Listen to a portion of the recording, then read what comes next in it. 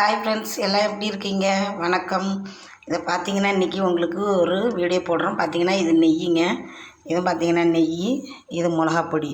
பார்த்தீங்கன்னா நம்ம ஒருத்தவங்ககிட்ட வாங்கிட்டு வர சொல்லியிருந்தோம். அவங்க வாங்கிட்டு வந்து நம்மளுக்கு மொத்தமாக 2 லிட்டர் கொடுத்துருந்தாங்க. அதை பார்த்தீங்கன்னா இப்போ நம்ம வந்து ஜீரகமும் போட்டு கருவேப்பிலை போட்டு நல்லா காய்ச்சி வச்சுருக்கிறேன்.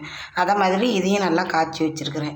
இதை பார்த்தீங்கன்னா எதுக்குன்னு சொல்கிறேன்னு கேட்டிங்கன்னா, இது வந்து குழந்தைங்களுக்கு நம்ம அப்பப்போ நம்ம காய்ச்சி ஊற்ற வேண்டியதில்லை. சாப்பாட்டுக்கு நம்ம மொத்தமாக காய்ச்சி வச்சுக்கிட்டோம்னா குழந்தைங்களுக்கு வந்து நம்ம சுடு சோத்தில் அப்படியே எடுத்து கொஞ்சோண்டு லைட்டாக நிறையா போடக்கூடாது, கம்மியாக போடணும். குழந்தைங்களுக்கு நம்மளுக்குன்னா 1 ஸ்பூன் போட்டுக்கலாம், போட்டு விட்டு சாப்பிட்றதுக்கு.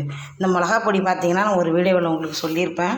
இது வந்து நான் எப்படி அரைச்சேன் அப்படின்னு சொல்லி சுக்கு கருஞ்சீரகம் போட்டு இதை நான் அரைச்சி வச்சுருக்கேன். அதை போடுறேன். அந்த மாதிரி அரைக்கிறப்போ உங்களுக்கு ஒரு வீடியோ போடுறேன்.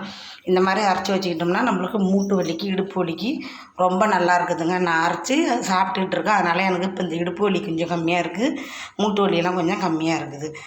இதில் வந்து கருஞ்சீரகத்தை வந்து போட்டிருக்கிறேன்னா, இதை வந்து கன்சீவாக இருக்கிறவங்க யாருமே அந்த கருஞ்சீரகம் போட்டு அரைக்காதீங்க. நார்மலாக நம்ம 40 வயசுக்கு மேலே இருக்கிற நம்ம கண்டிப்பாக அரைச்சி இதை போட்டு நம்ம சாப்பிட்றலாங்க.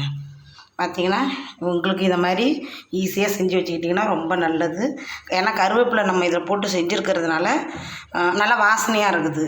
அதனால் குழந்தைங்களுக்கு கொடுக்குறதுக்கு ரொம்ப நல்லதுங்க. நீங்களும் இந்த மாதிரி செய்து பார்த்துட்டு எப்படி இருக்குன்னு சொல்லுங்கள். பாய்.